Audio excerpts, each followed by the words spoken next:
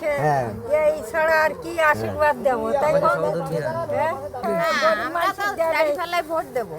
তারপরে আমরা যেন হিন্দু মুসলমান সবাই মিলেমিশে এই বাংলাদেশে বসবাস করতে পারি, এইটাই আমাদের। আমরা যেন সুস্থভাবে এই বাংলাদেশে সুস্থভাবে বসবাস করতে পারি, এইটাই।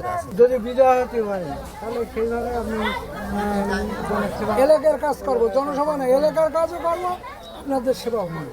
ধর্মীয় গণ্ডির বাইরে গিয়ে যদি ইনক্লুসিভ হয় বিষয়টা, যে সবাই নিয়ে যদি একসাথে কাজ করা যায়, কাজ করতে উনি পারবেন এরকম আশা রাখি, তো সেটাই হচ্ছে প্রত্যাশা যে সেরকম কিছু হবে।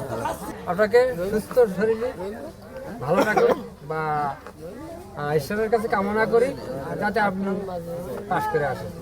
অবশ্যই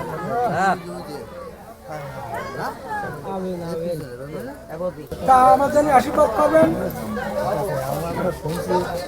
ফেসবুক দেখছি, ইউটিউব দেখছি, কোথায় কি হচ্ছে ঘটছে একটু তো মাথায় ঢুকতেছে। অবশ্যই ভোট দেন। আমি যদি নির্বাচিত হতে পারি এলাকার লোকের জন্য কাজ করব, লোকের ভাগ্যের পরিবর্তন ঘটাবো। এটা তো কেউ আশা করিনি যে জামাত ইসলামের পক্ষে একজন হিন্দু ক্যান্ডিডেট হয়ে আসবেন।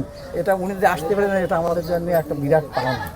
উনি যে আসছেন এবং ওনার জন্য উনি হোক হয়ে গেলে আমাদের অঞ্চলের কাজ হোক, দেশের কাজ হোক, এটা আমরা